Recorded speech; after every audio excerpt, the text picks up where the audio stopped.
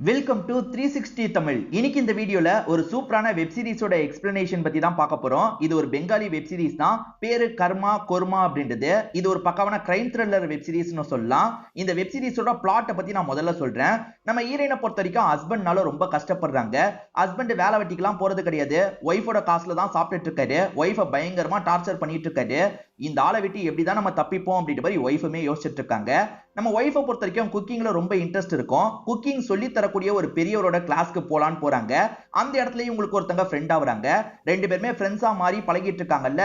அவங்க சொன்ன ஒரு விஷயத்தினால ஹீரோயினோட வாழ்க்கையே மாறிடுது. அப்படி என்ன சொன்னாங்க, அதுக்கப்புறம் இந்த கதையில என்ன மாதிரியான விஷயங்கள்லாம் நடந்ததுன்னு சொல்றது தான் மீதி கதையா இருக்கும். உங்க எல்லாருக்குமே பிடிக்கும் நம்புறேன். எக்ஸ்பிளனேஷனுக்குள்ள போறதுக்கு முன்னாடி வீடியோக்கு ஒரு லைக் போடுங்க.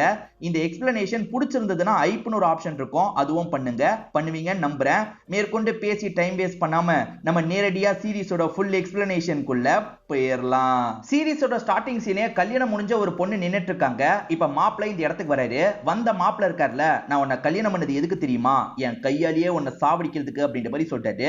இப்போ ஒரு கத்தி எடுத்து ஒய்ஃப் அட்டாக் பண்ற மாதிரி வராரு. இப்போ ஒய்ஃப் இருக்காங்கல்ல, தடுத்து இவர் கூட சண்டை போட ஆரம்பிக்கிறாங்க. நீ சாவடிக்கிற வரைக்கும் நான் பொறுத்துட்டு இருப்பேன்னு நினைக்கிறியா, அதுக்கு முன்னாடி ஒன்ன சாவடிச்சிருவேன் அப்படின்ற மாதிரி கத்தியை வச்சு இவங்க திரும்ப திரும்ப குத்திட்டு இருக்காங்க. இது எல்லாத்தையும் ஒருத்தங்க வாய்ஸ் ஓவர் மாதிரி கொடுத்துட்டு இருக்காங்க. அதாவது டப்பிங் கொடுப்பாங்கல்ல, அந்த மாதிரி நம்ம ஹீரோயின் கொடுத்துட்டு இருக்காங்க. நம்ம ஹீரோயின் பேரு பிரீத்தி அப்படின்றது. ஆக்சுவலா ஹிந்தி சீரியலுக்கு பெங்காலி டப்பிங் கொடுக்கறதா இவங்க வேலையா இருக்கும். இவ்வளவு நேரம் சீரியல்ல நடிச்சதே பிரீத்தின்ற மாதிரி காமிச்சாங்கல்ல, உண்மையில பிரீத்தி எல்லாம் நடிச்சிருக்க மாட்டாங்க, வேற ஒரு ஆக்ட்ரஸ் நடிச்சிருப்பாங்க. அதுக்கு இவங்க டப்பிங் எல்லாம் கொடுத்துட்டு இருக்காங்க. நீல் அப்படின்றவர் தான் இவங்க கொடுக்குற டப்பிங் கரெக்டா இருக்கா, என்னெல்லாம் மாத்தணும்ன்றத சொல்லிட்டாரு. இவங்க அதுக்கேத்த மாதிரிலாம் ஒர்க் பண்ணிட்டு இருக்காங்க. இப்ப வேலையை முடிச்ச இவங்களுமே வீட்டுக்கு போலான்ற மாதிரி வீட்டுக்கு வந்துடுறாங்க. வீட்டுக்கு வரவே சுத்தமா பிடிக்கல, தயங்கிக்கிட்டே தான் வந்துட்டு இருக்காங்க. இவங்க ஹஸ்பண்ட் பேரு கோபால் அப்படின்றது. அசைவே இல்லாம படுத்துட்டு இருக்காரு. போய் சேர்ந்துட்டாரா அப்படின்ற மாதிரி இவங்களுமே மூச்சு இருக்கான்னு செக் பண்ணிட்டு இருக்காங்க. அப்ப அவர் அசைறாரு. சட்டுன்னு இவங்களுமே விலகி போயிடுறாங்க. ஹஸ்பண்ட் செத்து போனாலே நல்லது அப்படின்ற மாதிரிலாம் இவங்க யோசிச்சுட்டு இருக்காங்கன்னு தெரியுது. இப்ப ஹஸ்பண்டுக்கு செய்ய வேண்டிய விஷயத்தெல்லாம் செய்யலான்ற மாதிரி சமையல் வேலையெல்லாம் பார்த்துட்டு இருக்காங்க. அப்போ ஒரு நியூஸ் பேப்பர் கட்டிங்ல ஒரு நியூஸை பாக்குறாங்க. அது என்னன்னா, இந்த இடத்துல ஒருத்தர் குக்கிங் எல்லாம் சொல்லி தர போறாரு, விருப்பம் இருக்கவங்க சீக்கிரமா புக் பண்ணுங்க அப்படின்ற மாதிரி போட்டிருக்கு. இவங்களுக்கு குக்கிங்ல ரொம்ப இன்ட்ரெஸ்ட் இருக்கும். பேசாம புக் பண்ணா என்னன்ற மாதிரி யோசிக்கிறாங்க. சேவிங்ஸா இவங்க கிட்ட ஒரு 12,000 ரூபாய் இருக்கு. அந்த கிளாஸ்க்கு 12,000 ரூபாய்ன்ற மாதிரி சொல்லியிருப்பாங்க. நம்ம புக் பண்ணிடலாம் அப்படின்ற மாதிரி இவங்களுமே இந்த இடத்துல யோசிக்கிறாங்க. அப்படியே கட் பண்ணி அந்த கிளாஸை காட்டுறாங்க. இவர் தான் அந்த பெரியவரா இருப்பாரு. இப்ப கிளாஸுக்காக நிறைய லேடிஸ் ஆல்ரெடி வந்திருப்பாங்க. இப்ப இவங்களுமே கிளாஸ் அட்டெண்ட் பண்றதுக்காக வந்துடுறாங்க. அங்க இருக்க மத்த லேடிஸ் இருக்காங்கல்ல, இவங்க கிட்ட ஜெனரலா பேச ஆரம்பிக்கிறாங்க. இதுல பர்டிகுலரா ஒரு லேடியை நமக்கு காட்டுறாங்க. இவங்க பேரு ஷாலினி அப்படின்றது. நீங்க எங்க இருந்து வரீங்கன்ற மாதிரி ஜெனரலா பேசுறாங்க. இவங்களுமே வர ஏரியாவை பத்தி எல்லாம் சொல்லிட்டு இருக்காங்க. மாத்தி மாத்தி ஜாலியா எல்லா லேடிஸும் கலந்து பேசிட்டு இருக்காங்க. கேர்ள்ஸ் இங்க கவனிங்கன்ற மாதிரி அந்த தாத்தா இருக்காரு பாத்தீங்களா, சொல்லிலாம் தந்துட்டு இருக்காரு. இவங்களை பொறுத்த வரைக்கும் ஷாலினி கூட தான் டீம் அப் பண்ணிருப்பாங்க. ஷாலினி இருக்காங்கல்ல, உன்னோட ஹேர் ஸ்டைலை இப்படி மாத்தினா நல்லா இருக்கும், உன்னோட ட்ரெஸ்ஸிங்கை இப்படி பண்ணா நல்லா இருக்கும்ன்ற மாதிரி நிறைய ஐடியாலாம் கொடுத்துட்டு இருக்காங்க. சரி சரி நான் ட்ரை பண்ணி பாக்குறேன் அப்படின்ற மாதிரி நம்ம ஹீரோயினும் ஏத்துக்கிறாங்க. இப்ப கிளாஸ்லாம் முடிஞ்சு கிளம்பிடுறாங்க. அந்த ஷாலினி சொன்னதை பண்ணி பார்த்தா என்னன்னு பிரீத்தி யோசிக்கிறாங்க. இப்ப பிரீத்தியா அவங்க சொன்ன மாதிரியே முடியெல்லாம் மாத்திடுறாங்க. அதே மாதிரி அவங்க சொன்ன மாதிரி மேக்கப் ஐடியாவெல்லாம் ஃபாலோ பண்றாங்க. எப்பவுமே போல வேலைக்கு கிளம்பிட்டு இருக்காங்க. ஹஸ்பண்ட் டீ கடையில உட்காந்து டீ தான் குடிச்சிட்டு இருக்காரு. இவங்க கிளம்பிட்டு இருக்கிறத பாக்குறவர் நில்லுன்ற மாதிரி நிறுத்தி பேச ஆரம்பிக்கிறாரு. என்னடி இவ்வளவு மினிக்கிட்டு கிளம்பிட்ட, எங்க கிளம்பிட்டு இருக்கன்ற மாதிரி கேட்கிறாரு. டப்பிங்க்கு தான் இவங்க சொல்றாங்க. டப்பிங்க்கு போற மாதிரி தெரியல, நடிக்க போற மாதிரி தெரியுதுன்ற மாதிரி சப்புன்னு கண்ணத்திலேயே ஒரு அறை விடுறாரு. எல்லாரும் முன்னாடி அசிங்கமா போயிருதுல, இவங்க அழுதுகிட்டே கிளம்புறாங்க. இவங்க இந்த குக்கிங் கிளாஸ் போறது கோபாலுக்கு தெரியாது. கோபால் கிட்ட போய் சொல்லிட்டு தான் இவங்க வந்திருக்காங்க. இவங்க வந்ததுல இருந்து சோகமா இருக்கிறத அந்த ஷாலினி கவனிக்கிறாங்க. என்னாச்சு, இன்னைக்கு வந்ததுல இருந்து சோகமா இருக்க, என்கிட்ட எதுனாலும் சொல்லுன்ற மாதிரிலாம் கேட்கறாங்க. சொல்லாமா வேணாமான்னு யோசிக்கிறாங்க. சரி சொல்லிடலான்ற மாதிரி நடந்த எல்லா விஷயத்தையும் சொல்லிட்டாங்க. அந்த ஆளை விட்டு எப்ப பிரிவன்ற மாதிரி இருக்குன்ற மாதிரிலாம் புலம்பிட்டு இருக்காங்க. இப்ப மேற்கொண்டு கிளாஸ்லாம் நடந்துட்டு இருக்கு. அப்ப ஷாலினி இருக்காங்கல்ல, நீ ஏழையா இருக்கலாம், நான் பணக்காரி தான், ஆனா பணக்காரியா இருந்தாலும் நம்ம ரெண்டு பேருக்குமே ஒரே பிரச்சனை தான்ற மாதிரி சொல்லிட்டாங்க. இது உங்களுக்கும் ஹஸ்பண்ட்னால பிரச்சனையா அப்படின்ற மாதிரி நம்ம ஹீரோயின் கேக்குறாங்க. ஆமா, எனக்கும் என்னோட ஹஸ்பண்டுக்கும் நடுவுல ஒரு பிரச்சனை போகுதுன்னு சொல்றாங்க. அது என்னன்னா, ஹஸ்பண்ட் பேரு அர்ஜுன் அப்படின்றது. ஐவிஎஃப் ட்ரீட்மெண்ட்னு சொல்லுவாங்க பாத்தீங்களா, அந்த மாதிரி டாக்டரா தான் இந்த அர்ஜுன் இருப்பாரு. இவங்களுக்குமே குழந்தை இல்லாம இருக்கும். அந்த ப்ராசஸ் படி குழந்தைய பெத்துக்கலான்ற மாதிரிலாம் யோசிச்சிருப்பாங்க. ஆனா அந்த ப்ராசஸ் பண்ணியுமே இவங்களுக்கு குழந்தை நிக்காம இருந்திருக்கும். இதனாலேயே அர்ஜுன் இருக்காருல, இந்த ஷாலினியை கொஞ்சம் ஒதுக்கி வைக்க ஆரம்பிச்சிருவாரு. நிறைய இளம் பெண்கள் கூட சேர்ந்து சுத்துறாரு. அதாவது நிறைய பெண்கள் கூட இவர் ஒன்னா பழகிட்டு இருக்கிறது ஒய்ஃபுக்கே தெரியுது. என் ஹஸ்பண்ட் என்ன சீட் பண்றாருன்னு தெரிஞ்சோ எதுவோ என்னால பண்ண முடியல, நான் கேட்டா அப்படிலாம் இல்லைன்னு என்கிட்ட மழுப்பிட்டு இருக்காரு. சொல்லிட்டாரு. ஆனா ஒவ்வொரு நாளும் நான் கஷ்டப்பட்டுட்டு இருக்கேன், என் வயிற்றுல குழந்தை நிக்காம வேற போயிருச்சு, அது நினைச்சாலும் கஷ்டமா இருக்குன்ற மாதிரிலாம் புலம்பிட்டு இருக்காங்க. சரி ஃபீல் பண்ணாதீங்க அப்படின்ற மாதிரி ஹீரோயின் ஆறுதல் சொல்லிட்டு இருக்காங்க. இப்ப ரெண்டு பேருமே ஒருத்தருக்கு ஒருத்தர் ஆறுதலா பேசிட்டு இருக்காங்க. அவருமே கிளாஸ் கவனிங்கம்மா, பேசிக்கிட்டே இருக்காதீங்கன்ற மாதிரி சொல்லிட்டாரு. இவங்க ரெண்டு பேருமே கிளாஸ் எல்லாம் கவனிக்க ஆரம்பிக்கிறாங்க. இப்ப நம்ம ஹீரோயினும் அந்த கிளாஸ் எல்லாம் முடிச்சுட்டு வீட்டுக்கு வராங்க. ஹஸ்பண்ட் செம்ம கோவமா உட்கார்ந்துட்டு இருக்காரு. இவங்க பெருசா கண்டுக்காத மாதிரி இவங்களோட வேலையெல்லாம் பண்ணிட்டு இருக்காங்க. இப்ப ஹஸ்பண்ட் இருக்கார்ல, எங்க போயிட்டு வரேன்ற மாதிரி கேக்குறாரு. டப்பிங் தான், இன்னைக்கு நிறைய வேலை இருந்தது, முடிச்சுட்டு வர லேட் ஆயிடுச்சு அப்படின்ற மாதிரி சொல்லிட்டாங்க. இப்ப நம்ம ஏதாவது கேள்வி கேட்கணும்ன்ற மாதிரி ஹஸ்பண்ட் கேள்வி கேக்குறாங்க. அது என்னன்னா ஹஸ்பண்ட் ஃபேக்டரி வேலை தான் பார்த்துட்டு இருக்காரு போல. வேலைக்காக சொல்லியிருக்காங்களாமே, நீங்க போலியாமே, ஏன் போலன்ற மாதிரிலாம் கேக்குறாங்க. அவன் சொல்ற வேலையெல்லாம் என்னால பண்ண முடியாது, நான் வேற வேலை பார்த்துட்டு இருக்கேன்னு சொல்லிட்டாரு. இன்னும் எவ்வளவு நாள் வேற வேலையை பார்ப்பீங்க, சீக்கிரமா ஏதாவது ஒரு வேலைக்கு போக வேண்டியதானே அப்படின்ற மாதிரி இவங்க கேக்குறாங்க. இல்ல அவர் பயங்கரமா டென்ஷன் ஆயிடுறாரு.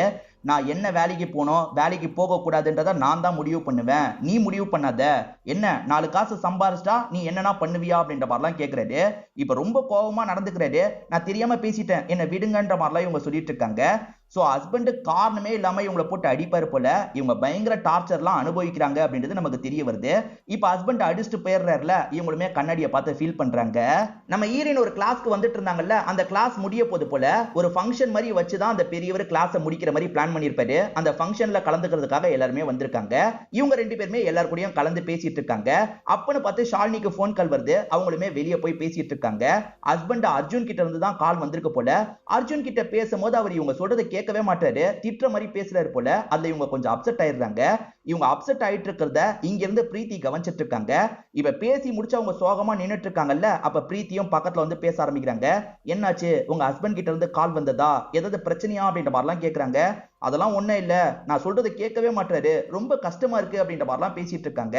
அதுக்கு பிரீத்தி இருக்காங்கல்ல, உங்க ஹஸ்பண்ட்னால நீங்க கஷ்டப்படுறது எனக்கு தெரியுது, என் ஹஸ்பண்ட்னாலயும் நான் கஷ்டப்பட்டுட்டு இருக்கேன், பேசாம என் ஹஸ்பண்ட் கதையை நீங்க முடிங்க, உங்க ஹஸ்பண்ட் கதையை நான் முடிக்கிறேன், அதுக்கப்புறம் நம்ம ரெண்டு பேருமே நிம்மதியா இருக்கலாம்ன்ற மாதிரி சொல்லிட்டாங்க. என்ன இவன் இப்படி சொல்றான்ற மாதிரி ஷாலினி ஒரு பார்வை பார்த்துட்டு இருக்காங்க. சீரியஸா பேசிட்டு இருந்த பிரீத்தி இருக்காங்கல்ல, சடனா சிரிக்க ஆரம்பிச்சிடுறாங்க. சும்மா சொன்னாங்க அப்படின்ற மாதிரிலாம் சொல்லிட்டு இருக்காங்க. என்னதான் பிரீத்தி சும்மா சொல்லியிருந்தாலும் அந்த விஷயத்த பண்ணி பார்த்தா என்னன்ற மாதிரி ஷாலினி யோசிக்க ஆரம்பிச்சிடுறாங்க. ஏன்னா ஷாலினி அந்த அளவுக்கு ஹஸ்பண்ட்னால கஷ்டத்தை அனுபவிச்சுட்டு இருக்காங்க போல. இவ சொன்னதை செஞ்சு பார்த்தா என்னன்ற மாதிரிலாம் யோசிக்கிறாங்க. இங்கதான் ஃபர்ஸ்ட் எபிசோட் முடியுது. இப்ப செகண்ட் எபிசோடு ஸ்டார்டிங் சீனே நம்ம ஹீரோயின் பிரீத்தி இருக்காங்கல்ல, சமையல் வேலையெல்லாம் பார்த்துட்டு இருக்காங்க. இவங்க ஹஸ்பண்டியே ஒரு சமையலா பண்ணா எப்படி இருக்குமோ அந்த மாதிரி வேலையை தான் பண்ணிட்டு இருக்காங்க. இவங்களுக்கு ஹெல்ப் பண்றது யார் தெரியுமா, அந்த ஷாலினி தான். இந்த மாதிரி பொடியை போடு, இந்த மாதிரி விஷயத்த பண்ணு அப்படின்ற மாதிரிலாம் ஐடியா கொடுத்துட்டு இருக்காங்க. இப்ப கட் பண்ணு அப்படின்ற மாதிரிலாம் சொல்றாங்க. இது எல்லாமே நம்ம ஹீரோயினுக்கு வந்த கனவா இருக்கும். இவங்களுமே சட்டுன்னு கனவுல இருந்து முழிக்கிறாங்க. ஹஸ்பண்ட் கத்துற மாதிரி சவுண்ட் கேட்டு தான் இவங்க தூக்கத்துல இருந்து முழிச்சிருப்பாங்க. ஹஸ்பண்ட் இருக்கார்ல, இங்க இருந்த 10,000 ரூபாய் காசு எங்கடின்ற மாதிரி கேக்குறாரு. அது என் காசு தானே, என் தேவைக்காக நான் எடுத்துக்கிட்டேன் அப்படின்ற மாதிரி சொல்றாங்க. அது கிளாஸுக்காக எடுத்தாங்கல்ல, அதை பத்தி தான் இவர் கேக்குறாரு. அந்த 10,000 ரூபாய் காசுக்கு உனக்கு என்னடி தேவை இருந்தது அப்படின்ற மாதிரி ஹஸ்பண்ட் கேக்குறாரு. இவங்களுமே அந்த கிளாஸை பத்தி சொல்றாங்க. அந்த கிளாஸ்ல நான் குக்கிங் கொஞ்சம் கத்துக்கிட்டேன் அப்படின்ற மாதிரிலாம் சொல்றாங்க. இது குக்கிங் கத்துக்கிறதுக்கு 12,000 ரூபாய் செலவு பண்ணிருக்கியான்ற மாதிரி இவர் கோவப்படுறாரு. நீ என்ன பெரிய பணக்கார பருப்புன்னு நினைப்பா, இப்படிதான் பண்ணுவியான்ற மாதிரி ஒய்ஃபை அடிக்கலாம் வராது. நான் என் காசுல தானே பண்ணேன், அப்புறம் என்னன்ற மாதிரி கேக்குறாங்க. உன் காசு என் காசுலாம் இல்ல, எல்லா காசும் என் காசு தான் அப்படின்ற மாதிரி ஹஸ்பண்ட் சொல்லிட்டாரு. இவங்களை போட்டு அடிக்கலாம் செஞ்சுட்டு இருக்காரு. இவங்க கூட கூட பேசிட்டு இருக்காங்க. என்னடி கூட கூட பேசிட்டு இருக்க, அந்த கிளாஸ்ல போய் உனக்கு தைரியம் வந்துருச்சா அப்படின்ற மாதிரிலாம் கேட்டு அடிச்சிட்டு இருக்காரு. ஒரு ஸ்டேஜ்ல என்ன பண்றாருன்னா, பால்கனில இருந்து இவங்களை தள்ளி விடுற மாதிரிலாம் போயிட்டு இருக்காரு. இவங்களுமே விட்டுருங்க விட்டுருங்கன்ற மாதிரிலாம் கெஞ்சி கேட்டுட்டு இருக்காங்க. என்கிட்ட எதிர்த்து பேசுற வேலை வச்சுக்கிட்ட உன் கதையை முடிச்சிருவன்ற மாதிரிலாம் வார்னிங்க கொடுத்துட்டு கிளம்புறாரு. இவர் என்ன இப்படி பண்ணிட்டு இருக்காருன்ற மாதிரி இவங்களும் ஃபீல் பண்ணி அழுதுட்டு இருக்காங்க. ஸ்டார்டிங் இவங்க எதனால அந்த மாதிரி டப்பிங் பண்ணாங்கன்றது உங்களுக்கு புரிஞ்சிருக்கும்னு நினைக்கிறேன். ஹஸ்பண்ட் மேல இருக்க கோவத்தெல்லாம் மனசுல வச்சுதான் இவங்க டப்பிங்லாம் பண்ணுவாங்க. ஏன்னா மோஸ்ட்லி சீரியல்ல ஹஸ்பண்ட் ஒய்ஃபை திட்டுற மாதிரியும் ஒய்ஃப் ஹஸ்பண்டை திட்டுற மாதிரியும் தானே இருக்கும். இப்போ கூட இவங்க கோவமா டைலாக் எல்லாம் பேசிட்டு இருக்காங்க. அதுவும் விடாம 6 மணி நேரத்துக்கு மேல பேசிட்டு இருக்காங்க. அங்க இருக்க பையனோட பேரு நீல் அப்படின்றது. அவர் சிஸ்டத்தை நான் ரீஸ்டார்ட் பண்ணும், கொஞ்சம் கேப் கொடுங்கன்ற மாதிரி சொல்லிட்டாரு. உண்மையில சிஸ்டத்தை ரீஸ்டார்ட் பண்றதுக்காக அவர் கேப் விடல, இவங்களை கொஞ்சம் ரிலாக்ஸ் பண்ண வைக்கிறது தான் கேப் தராரு. இன்னொரு நாள் பாத்துக்கலாமேன்ற மாதிரி சொல்லிட்டாரு. இல்ல இல்ல எனக்கு எந்த பிரச்சனையும் இல்ல, இன்னைக்கே முடிச்சிடலாம் அப்படின்ற மாதிரி இவங்க சொல்லிட்டாங்க. இந்த நீல பொறுத்த வரைக்கும் இவங்க பட்டுட்டு இருக்க கஷ்டத்தை பத்தி நல்லா தெரியும். அதாவது ஹஸ்பண்டால பட்டுட்டு இருக்காங்கல்ல அந்த கஷ்டத்தை பத்தி நல்லா தெரியும். இவரு இவங்கள லைட்டா லவ் பண்ணிட்டு இருக்காரு. நம்ம காஃபி குடிக்க வெளியே போலாமான்ற மாதிரி கேட்கிறாரு. இல்ல இல்ல எனக்கு நிறைய வேலை இருக்கு, இந்த வேலையை முடிச்சுட்டு வேற ஒரு வேலை இருக்கு அப்படின்ற மாதிரிலாம் இவங்க சொல்றாங்க. அதாவது கல்யாணம் ஆயிடுச்சுல அதனால இவரோட ஆஃபரை எடுத்துக்க வேணான்றதுக்காக தான் இப்படி சொல்றாங்க. இந்த விஷயம் நீலுக்கும் நல்லா புரியுது. பரவாயில்ல இருக்கட்டும் அப்படின்ற மாதிரி இவருமே சாதாரணமா எடுத்துக்கிறாரு. இப்ப இவங்க இருக்காங்கல்ல தண்ணி எல்லாம் குடிச்சிட்டேன், சிஸ்டத்தை ஆன் பண்ணிட்டியா, நம்ம டப்பிங் ஆரம்பிக்கலாம்ன்ற மாதிரி சொல்லிட்டாங்க. சரி நான் ஆன் பண்ணிடுறேன் போங்கன்ற மாதிரி சொல்லிட்டாரு. சோ இவருக்கு பயங்கர இன்ட்ரெஸ்ட் இருக்குன்ற மாதிரி நமக்கு காட்டுறாங்க. ஒரு வழியா பிரீத்தி இருக்காங்கல்ல எல்லா வேலையும் முடிச்சுட்டு இவங்களோட வீட்டை நோக்கி நடந்து வந்துட்டு இருக்காங்க. இவங்க வீட்டுக்கிட்ட ஒரே கூட்டமா இருக்கு. என்ன ஒரே கூட்டமா இருக்கு அப்படின்ற மாதிரி இவங்களுமே அந்த கூட்டத்தெல்லாம் தாண்டி அங்க என்ன நடந்திருக்குன்றத பாக்குறாங்க. ஆக்சுவலா இவங்க ஹஸ்பண்ட் கோபால் இருக்காருல மேல இருந்து கீழே விழுந்த மாதிரி இறந்து போயிருக்காரு. இவன் எப்ப பாரு குடிச்சுக்கிட்டே இருப்பான், மேல இருந்து கீழே விழுந்து இறந்து போயிட்டான் போல அப்படின்ற மாதிரி அங்க இருக்க எல்லாருமே பேசிட்டு இருக்காங்க. இத பாக்குற இவங்களுமே ஷாக் ஆகுறாங்க.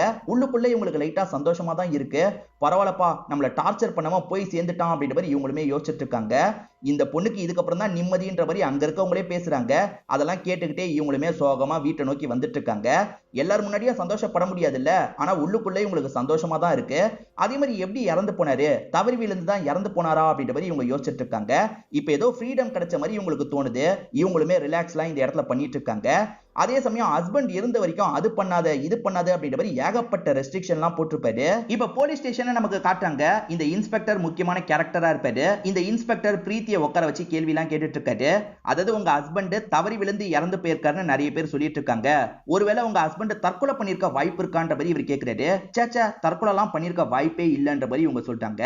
அது சரி நீங்க என்ன பண்றீங்க, நீங்க அந்த சமயம் எங்க இருந்தீங்கன்ற மாதிரிலாம் கேட்கிறாரு. இவங்க டப்பிங் ஸ்டுடியோல தானே இருந்தாங்க, அதை பத்தி எல்லாம் சொல்றாங்க. சரி சரி அப்படின்ற மாதிரி இவர் ஏத்துக்கிறாரு. போஸ்ட்மார்ட்டத்துக்காக அனுப்பி வச்சிருக்கோம், போஸ்ட்மார்ட்டம் ரிசல்ட் வரட்டும், அதுக்கப்புறம் தான் இது ஆக்சிடென்டா இல்ல தற்கொலையான்னு நாங்க ஒரு முடிவு எடுக்க முடியும். அது வரைக்கும் நாங்க கூப்பிட்டா நீங்க வர மாதிரி இருக்கும், ஓகே தானேன்ற மாதிரி கேட்கிறாரு. ஓகே தான் சார், ஆனா இந்த டைம்ல எனக்கு வேலை இருக்கும், அந்தந்த டைம் வர முடியாதுன்ற மாதிரி சொல்றாங்க. ஒன்னும் பிரச்சனை கிடையாது, நாங்க ஃப்ரீ டைம் இருக்கிறப்ப கூப்பிடுறோம், நீங்க அப்ப வந்து கேள்விக்கு பதில் சொன்னா போதும்ன்ற மாதிரி சொல்லிட்டாரு. லைட்டா இவங்க சந்தேகப்படுற மாதிரியும் கேள்வி எல்லாம் கேட்டுட்டு இருக்காரு. இவங்க மேனேஜ் பண்ற மாதிரி பதில் எல்லாம் சொல்லிட்டு இருக்காங்க. அதாவது உங்களுக்கும் அவருக்கும் ஏதாவது சண்டை இருந்ததா அப்படின்ற மாதிரி கேட்கிறாரு. எனக்கும் அவருக்கும் பெருசா சண்டைலாம் இல்லன்ற மாதிரி இவங்க பொய் சொல்றாங்க. சண்டை இருந்திருக்கும் ஆனா சண்டை இல்லன்ற மாதிரி பொய்லாம் சொல்லிட்டு இருக்காங்க. சரி கிளம்பலாம் மேடம் அப்படின்ற மாதிரி இவரும் இங்க இருந்து அனுப்பி வச்சிடுறாரு. இப்ப வீட்டுக்கு வந்த நம்ம ஹீரோயின் இருக்காங்கல்ல நடந்த விஷயத்த பத்தியே யோசிச்சுட்டு இருக்காங்க. அப்படி யோசிக்கும் போது இவங்களும் ஷாலினியும் பேசினது இவங்களோட மைண்டுக்குள்ள ஓடிட்டு இருக்கு. உனக்கு பிரச்சனையா இருக்குல்ல, உன் ஹஸ்பண்ட நான் சாவடிச்சிடுறேன், என் ஹஸ்பண்ட நீ சாவடிச்சிரு, அதுக்கப்புறம் ரெண்டு பேருமே நிம்மதியா இருக்கலாம்ன்ற மாதிரி விளையாட்டா சொல்லியிருப்பாங்க. ஒருவேளை நம்ம விளையாட்டா சொன்னதை அவ சீரியஸா எடுத்து நம்ம ஹஸ்பண்ட சாவடிச்சிருப்பாளா அப்படின்ற மாதிரி இவங்களுக்கு தோணுது. சேச்சா அப்படிலாம் இருக்க வாய்ப்பே கிடையாது, நம்ம தான் தேவையில்லாம யோசிக்கிறோம் அப்படின்ற மாதிரி இவங்க மனசை இவங்களே சமாதானப்படுத்திடுறாங்க. இப்ப செய்ய வேண்டிய விஷயத்தெல்லாம் செஞ்சுட்டு இருக்காங்க. எப்பவுமே கடுப்புல தான் சமையல் பண்ணுவாங்க, இப்ப சந்தோஷமா சமையல் பண்ணிட்டு இருக்காங்க. அதே மாதிரி மலையில எல்லாம் நனையாம இருந்திருப்பாங்க, இப்ப மழை பெய்யறத பார்த்து பயங்கரமா சந்தோஷப்பட்டு அதுல நனைஞ்சிட்டு இருக்காங்க. ஹஸ்பண்ட் செடியெல்லாம் வைக்க வேணாம்னு சொல்லியிருப்பாரு, இப்ப செடியெல்லாம் வச்சு அதை பார்த்து சந்தோஷப்படுறாங்க. ரொம்ப நல்லா போற மாதிரி இருக்கு. இப்ப ஷாப்பிங்காக இவங்களுமே ஒரு கடைக்கு வந்திருக்காங்க. சாஸ் எங்கன்ற மாதிரி ஒவ்வொரு இடமா இவங்க தேடி அலைஞ்சிட்டு இருக்காங்க. இப்ப சாஸை எடுக்கலாம்னு நினைக்கிறதுக்குள்ள வேற யாரோ அந்த சாஸை எடுக்கிறாங்க. எடுக்கிறது யாருன்னு பார்த்தா அந்த ஷாலினி தான் இந்த இடத்துக்கு வந்திருக்காங்க. எதர்ச்சியா தான் ஷாலினி இந்த இடத்துக்கு வந்திருக்காங்க போல அப்படின்ற மாதிரி நம்ம ஹீரோயின் இருக்காங்கல்ல அவங்க கிட்ட கேஷுவலா பேசிட்டு இருக்காங்க. அப்ப ஷாலினி இருக்காங்கல்ல இப்ப நீ ஹாப்பியா தானே இருக்கன்னு கேக்குறாங்க. இவன் என்ன சொல்றா அப்படின்ற மாதிரி இவங்க முடிச்சிட்டு இருக்காங்க.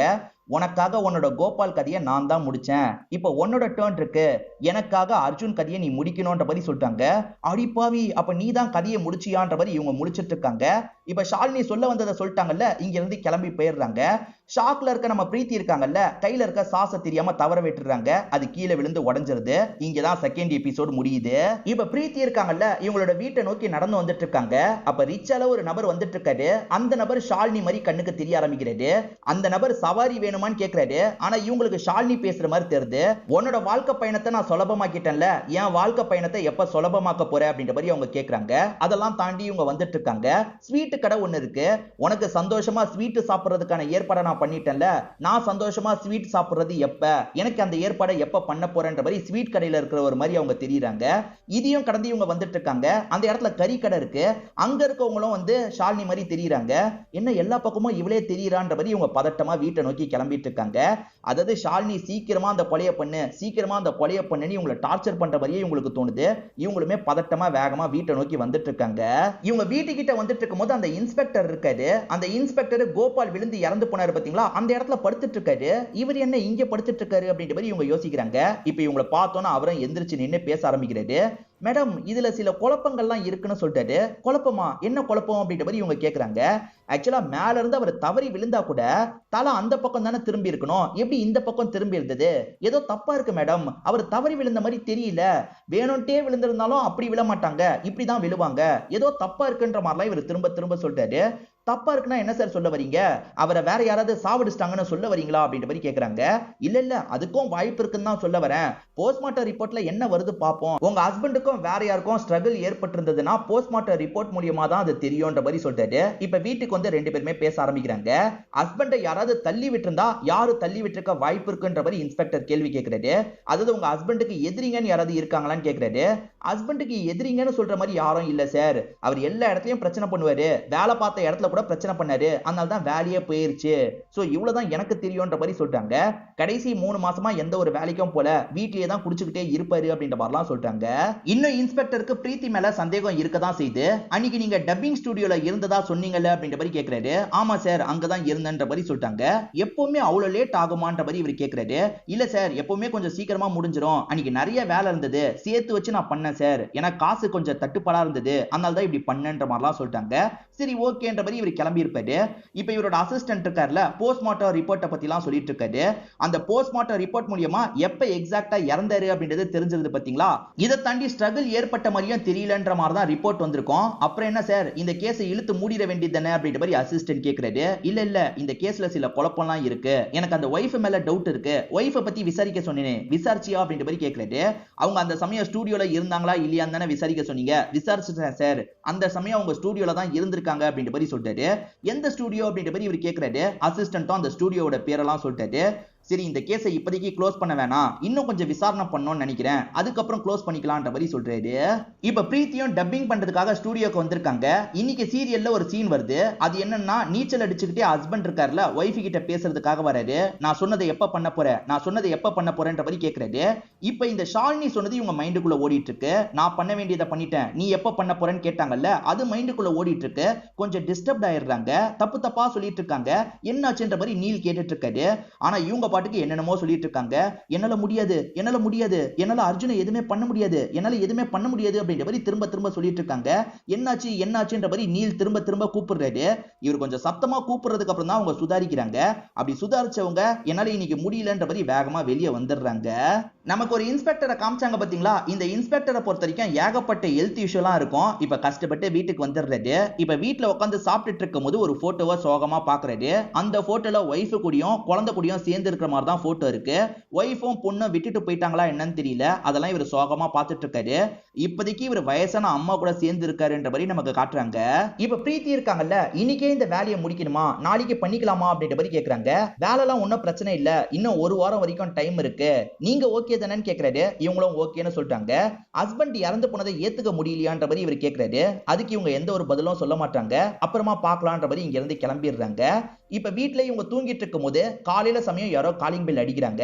யாரு என்னன்னு இவங்க கதவை திறக்கும் போது ஒரு gift வந்திருக்கு. என்ன கிஃப்ட்ன்ற மாதிரி இவங்களுமே வாங்குறாங்க. உள்ள பார்த்தா ஒரு துணி இருக்கு. அது பட்டு துணி மாதிரி இருக்கு. சும்மா போர்வை மாதிரிலாம் போத்தி விடுவாங்கல்ல, அந்த மாதிரி ஒரு துணியா தான் இருக்கும். யார் அனுப்பி இருக்காங்கன்னு பார்த்தா அந்த ஷாலினி தான் அனுப்பி வச்சிருக்காங்கன்னு தெரிய வருது. இதை தாண்டி ஷாலினி இருக்காங்கல்ல, ஒரு லெட்டரும் எழுதி வச்சிருக்காங்க. அந்த லெட்டர்ல என்ன எழுதி இருக்குன்ற மாதிரி இவங்க படிக்கிறாங்க. நான் பண்ண வேண்டியதை பண்ணிட்டேன், சீக்கிரமா நீ பண்ண வேண்டியதை பண்ணு, எவ்வளவு டைம் எடுத்துப்ப அப்படின்ற மாதிரி தான் எழுதி இருக்கு. இதை பாக்குற இவங்களுமே நம்மளால கொலைலாம் பண்ண முடியாது, பேசாம ஷாலினி பண்ணதை போலீஸ் கிட்ட சொல்லிட்டா என்னன்னு யோசிக்கிறாங்க. இப்ப போலீஸை பாக்குறதுக்காக வந்துடுறாங்க. அப்ப பார்த்தா இன்ஸ்பெக்டர் இல்ல, இன்ஸ்பெக்டர் அசிஸ்டன்ட் தான் இருக்காரு. அவர்கிட்ட உட்காந்து பேசிட்டு இருக்காங்க. அவருமே இன்ஸ்பெக்டரை பத்தி எல்லாம் சொல்லிட்டு இருக்காரு. இன்ஸ்பெக்டரை பொறுத்த வரைக்கும் ஒரு விஷயத்தை மறைச்சா சுத்தமா பிடிக்கவே பிடிக்காது, ஏன்டா முன்னாடியே சொல்லன்ற மாதிரிலாம் அடிப்பாரு, அந்த மாதிரி டைப்ன்ற மாதிரிலாம் சொல்லிட்டாரு. இதை கேட்கிற இவங்களுக்கு கொஞ்சம் பயம் வந்துருது. இது எதுக்காக முன்னாடியே சொல்ல, இவ்வளவு நாள் கழிச்சு எதுக்காக சொல்றீங்க, நீங்க சொல்றது உண்மையா இல்லையா, நம்மள லாக் பண்ணிட்டா என்ன பண்றதுன்ற மாதிரிலாம் இவங்க யோசிக்கிறாங்க. எனக்கு வேலை இருக்கு, நான் கிளம்புறேன்ற மாதிரி கிளம்ப ஆரம்பிக்கிறாங்க. அப்ப இன்ஸ்பெக்டரே வந்துடுறாரு. சார் உங்ககிட்ட தான் பேசணும்னு சொன்னாங்கன்னு அசிஸ்டன்ட் வேற சொல்லிட்டாரு. என்னமா பேசணும்னு இன்ஸ்பெக்டர் கேட்கிறாரு. இல்ல சார் எனக்கு அதுக்குள்ள ஒரு வேலை வந்துருச்சு, சும்மா தான் பாக்குறதுக்காக வந்தேன், முக்கியமா எதுவும் பேசுறதுக்கு வரலன்னு இங்க இருந்து கிளம்புறாங்க. மழை பெய்யுதுமா இருந்துட்டு போன சொல்லிட்டாரு. இல்ல சார் பரவாயில்லன்ற மாதிரி இவங்களும் இங்க இருந்து கிளம்ப ஆரம்பிக்கிறாங்க. என்ன இந்த பொண்ணு எதுவுமே பேசாம போறான்ற மாதிரி இன்ஸ்பெக்டர் யோசிக்கிறாரு. மழை பெய்யுதுல, அதனால இவங்க ஸ்டேஷனுக்கு பக்கத்துல இருக்க ஒரு இடத்துல ஒதுங்கி இருக்காங்க. இப்படி ஒதுங்கி நின்னுட்டு இருக்கும் போது திடீர்னு பார்த்தா ஷாலினி இந்த இடத்துக்கு வந்துடுறாங்க. இவங்க கார்ல தான் வந்து இறங்கி இந்த இடத்துல பேச ஆரம்பிக்கிறாங்க. என்னம்மா போலீஸ் ஸ்டேஷனுக்கு எதுக்கு வந்த? நான் பண்ணதை சொல்லான்னு வந்தியா? நான் பண்ணதை சொன்னா நான் மட்டும் தான் மாட்டுவேன்னு நினைக்கிறியா? நான் உனக்காக கஷ்டப்பட்டு ஒரு ஃபேவர் பண்ணிருக்கேன், பதிலுக்கு ஒரு ஃபேவர் தான் கேட்கிறேன், உன்னால பண்ண முடியாதா அப்படின்ற மாதிரி கேட்கறாங்க. நீ கொலையை அசால்ட்டா பண்ணிட்ட, என்னாலாம் கொலைலாம் பண்ண முடியாது, எனக்கு அதை நினைச்சாலே பயமா இருக்கு அப்படின்ற மாதிரி இவங்க புலம்பிட்டு இருக்காங்க.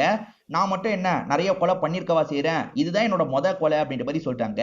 அதாவது ஜைலோன்னு ஒரு டேப்லெட் இருக்கு, அந்த டேப்லெட் மயக்கத்தை வர வைக்கிற டேப்லெட், அதை உன் ஹஸ்பண்டுக்கு சாமர்த்தியமா கலந்து தந்தேன், அதுக்கப்புறம் நைஸா தள்ளி விட்டேன். நான் எவ்வளவு சாமர்த்தியமா பண்ணேன், நீயும் அதே மாதிரி சாமர்த்தியமா பண்ணு.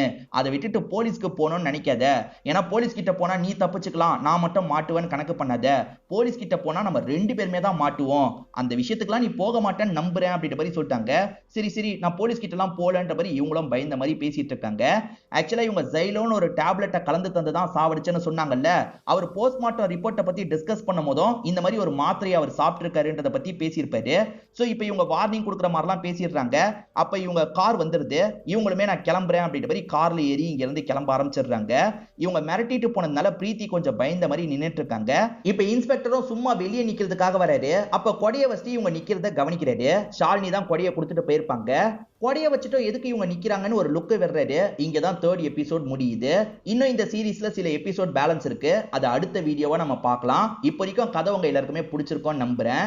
இந்த வீடியோ உங்களுக்கு பிடிச்சிருந்ததுன்னா லைக் பண்ணுங்க, கமெண்ட் பண்ணுங்க, மறக்காம 360 தமிழ் சேனலை சப்ஸ்கிரைப் பண்ணுங்க.